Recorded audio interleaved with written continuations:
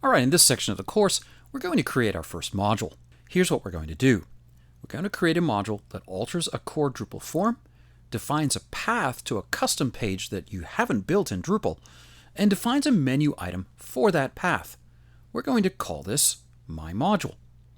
So the first steps then will be to create a directory called My Module, add the .yaml file, the .module file, and a links.menu.yaml file, and firstcontroller.php files, and then implement a hook. Don't worry if that sounds confusing. We'll cover all of that in this tutorial. A couple of things before we continue about naming conventions. When you name your files for module development, you cannot use dashes. If you're going to separate out your words, you'll need to use underscores. File names must be in lowercase. They can't begin with a number, and you cannot call a module something that already exists, especially if it's a core module. So you can't just have aggregator, you need custom underscore aggravator. And it's always a good practice, even if you're creating a custom module only for yourself, to check Drupal.org and make sure there's not already a module called the same thing. You never know, you might just want to contribute it back to the community at some point. So everything for your project revolves around the name you choose. Your directory, your files, and your functions all include your project name.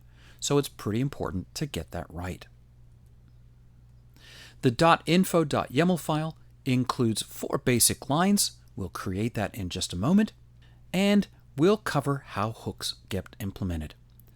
Any module can implement a hook.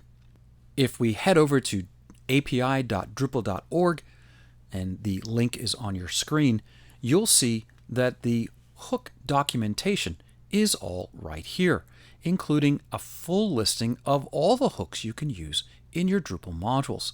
This is a page you should bookmark and refer to regularly, as it will always contain the right usage for a hook in Drupal. You'll also want to note that there's documentation here for all versions of Drupal. Make sure you're using the API documentation for the version of Drupal that you're using. And with Drupal's new release cycle, you'll need to be even more careful of that, as things may change even in major versions of Drupal. So let's take an example.